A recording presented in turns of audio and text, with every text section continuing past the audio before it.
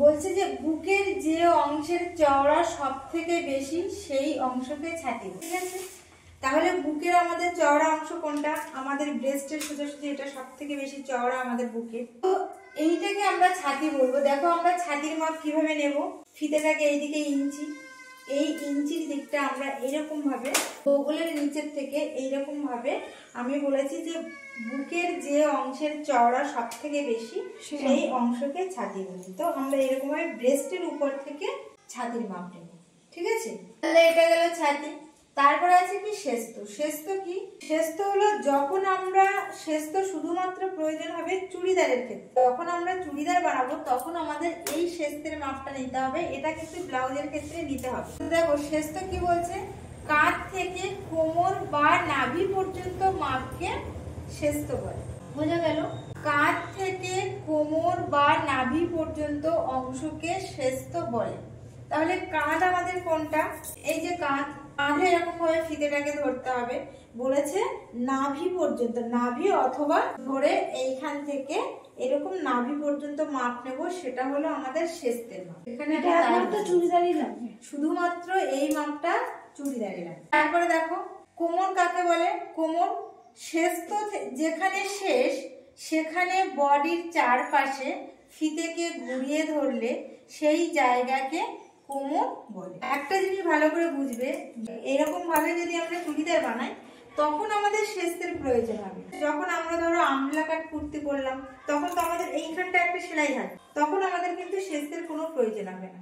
ব্লাউজের ক্ষেত্রেও আমাদের কোনো শেস্তের প্রয়োজন হবে না। শুধুমাত্র আমরা যদি এইরকম চুড়িদার বানাই তখন আমাদের শেস্তের প্রয়োজন হবে। আর এখানে কি বলছে কোমর। কোমর আমাদের দুটো জিনিসে কোমর লাগে, হয় আমরা যখন চুড়িদার করব তখন আমাদের কোমরের মাপ, যখন আমরা ব্লাউজ করব তখন আমাদের কোমরের মাপ। তাহলে আমরা চুড়িদারের ক্ষেত্রে কিভাবে কোমরের মাপ নেব? শেস্ত যেখানে শেষ সেখানে বডির চারপাশে ফিতেকে ঘুরিয়ে ধরলে সেই জায়গাকে কোমর বলে। বোঝা গেল? তাহলে বলছে শেস্ত যেখানে শেষ, শেস্ত আমার কোথায় শেষ? নাভি পর্যন্ত। এইখান থেকে আমি নাভি পর্যন্ত নিয়েছি বা এই যে এই পর্যন্ত নিয়েছি, তাহলে বলছে কোমর। কোমর যেখানে শেস্ত আমার শেষ হয়েছে এখানে, তাহলে এখানেই আমি ফিতেটাকে এরকম ভাবে ঘুরিয়ে ধরলাম। তাহলে এই যে নাভির সোজাসুজি ফিতেটাকে আমি এইভাবে ঘুরিয়ে ধরে এই যে আমার এটা কোমর বেরিয়ে গেল চুড়িদারে। বোঝা গেল? এইবার বলছে এখানে আমি আর একটা দিয়েছি, আমার এখানে ধরাতে পারিনি বলে এখানে দিয়েছি। এইখানে কি বলছে দেখো, ব্লাউজের ক্ষেত্রে ব্লাউজের ঝুল যেখানে শেষ সেই জায়গায় ফিতেকে ঘুরিয়ে ধরলে তাকে কোমর বলবো। তাহলে ব্লাউজের শেষ আমি বলেছি, তাহলে ব্লাউজের মাপ আমরা সবসময় এরকম ভাবে কাঁধে ধরে পিছন দিকে নেব। আর পিছন দিকে ব্লাউজের আমার যেখানে শেষ, ধরো এখানটা আমার ব্লাউজের শেষ, তাহলে আমি এইখান থেকেই ফিতেটা এরকম ভাবে ঘুরিয়ে দেবো। বোঝা গেল? তাহলে হলো এটা আমার ব্লাউজের কোমর।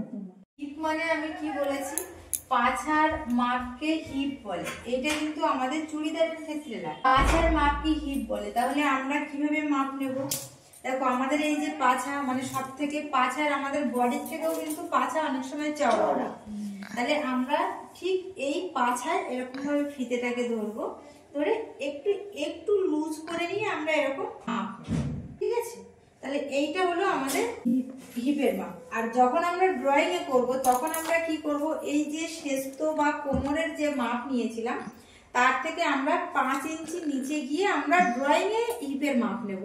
কিন্তু বডিতে যখন আমরা নেব তখন ঠিক যার যেখানে পাছা সেখানেই আমরা মাপ নেব। ঠিক আছে, তারপরে বলছে ঘের।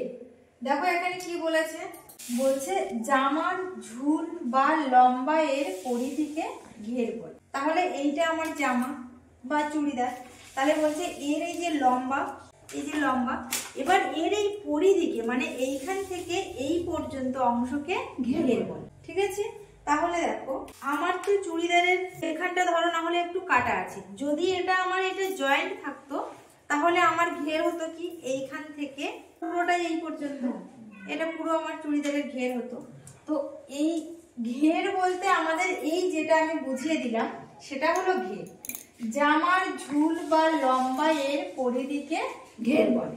বোঝা গেল? তাহলে যখন ড্রয়িং করব, কাটিং করব, তখন আমি সম্পূর্ণটা আরো ওখানে ড্রয়িং এ বুঝিয়ে দিই। এবার বলছে মোহরা। মোহরা কোনটা? বলছে বগলের মাপকে মোহরা বলে। এখানে আমরা দুটো জিনিস মনে রাখতে হবে, মোহরা আর মুহুরি। মোহরা মানে বগলের রাউন্ড, আর মুহুরি মানে হাতার এই রাউন্ড আর প্যান্টের। মোহরা বলছে বগলের মাপকে মোহরা বলে। তাহলে মোহরার আমরা মাপ কিভাবে নেব? বলছে বগলের রাউন্ড। তাহলে এইরকম ভাবে ফিতেটাকে এখানে দিয়ে আমরা এরকম ভাবে কাঁধের উপরে এখানে তুলে দিয়ে মাপটা নেব। অবশ্যই মনে রাখতে হবে একটা আঙুল আমাদের এরকম যেন ভিতরে থাকে, এরকম লুজ নেব। বোঝা গেল মোহরার মাপ। তারপরে বলছে মুহুরি। মুহুরি কি বলছে? হাতার ঝুলের চারপাশের ঘেরকে মুহুরি বলে। এখানে হাতা বলতে আমরা যে কোনো জামার, চুড়িদার, ব্লাউজ, যে কোনো জামার আমাদের হাতার এই যে ঝুল, তার এই রাউন্ডটাকে মুহুরি বলে। বোঝা গেল? আমার না হলে হাতাটা এই পর্যন্ত, এটা আমার মুহুরি। যে এই পর্যন্ত হাতা নেবে সেটাই রাউন্ডটা তার মুহুরি।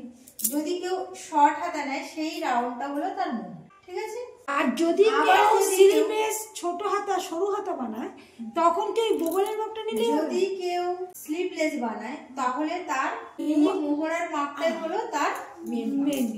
ঠিক আছে? তার কোনো মুহুরির মাপ নেওয়ার প্রয়োজন নেই, তার হাতার ঝুলের মাপ নেওয়ার প্রয়োজন নেই, শুধু মোহরাটাই হচ্ছে তার এই যে হাতার। ঠিক আছে? আচ্ছা, এবার বলছে আর একটা জিনিস বলছে, আর প্যান্টের ঝুলে চারপাশের ঘেরকে মুহুরি বলে।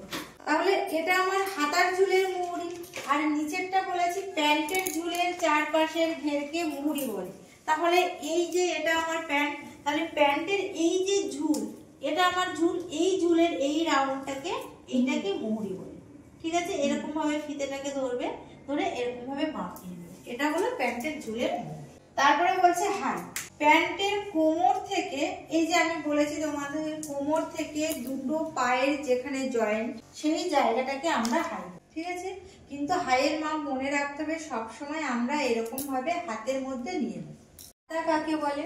আমি বলেছি কি, হাতার মাপ নিতে হলে কাঁধের শেষ প্রান্ত থেকে যার যা পছন্দ। দেখো হাতাটা তো ধরো তুমি তৈরি করবে বা আমি তৈরি করবো, তো আমার পছন্দ মতো তো করে দেবো না তাকে, যে কাস্টমার আসবে তাকে তার পছন্দ মতো করে দিই। তাহলে হাতার মাপটা আমরা কিভাবে নেব? এইরকম ভাবে কাঁধে ফিতেটাকে ধরবো, এরকম ভাবে ফিতেটাকে আমি কাঁধে ধরবো। তাকে আমি জিজ্ঞাসা করব যে তুমি কোন পর্যন্ত নেবে, 3 কোয়ার্টার, হাফ হাতা, ফুল হাতা, গ্লাস হাতা, যার তার যা পছন্দ সেটাই সে বলবে। তো তাহলে আমরা এরকম কাঁধ থেকে ধরবো, ধরে তার পছন্দ অনুযায়ী আমি হাতার মাপটা ঝুলটা নিয়ে। তারপরে বলছে গলা। এখানে বলছে গলা বলতে কি, জামার সামনের ও পেছনের ডিপকে গলা বলে। গলা বলতে যে কোনো কিছুর গলা, ধরো চুড়িদার কেউ যদি বানায় তার সামনের গলা আর পিছনের গলার ডিপ, যদি কেউ ব্লাউজ বানায় তাও ব্লাউজের সামনের, যে যাই বানান না কেন তার সামনের আর পিছনের যে ডিপ নেবে সেটাকে আমরা গলা বলি। এখানে দেখো আমার যেহেতু কলার দেওয়া, যদি আমার কলার দেওয়া না থাকতো তাহলে আমার নিশ্চয়ই সামনে ডিপ নিতাম। তাহলে আমাদের কিভাবে গলার এই মাপটা নেব? এরকম ভাবে কাঁধে, মানে যেখান থেকে ঝুলের মাপ নেওয়া হয়েছিল ওরকম ভাবে ধরে তাকে জিজ্ঞাসা করতে হবে যে সে কোন পর্যন্ত নেবে, সেই অনুযায়ী তাহলে তার সামনের গলার ডিপটা নিতে হবে।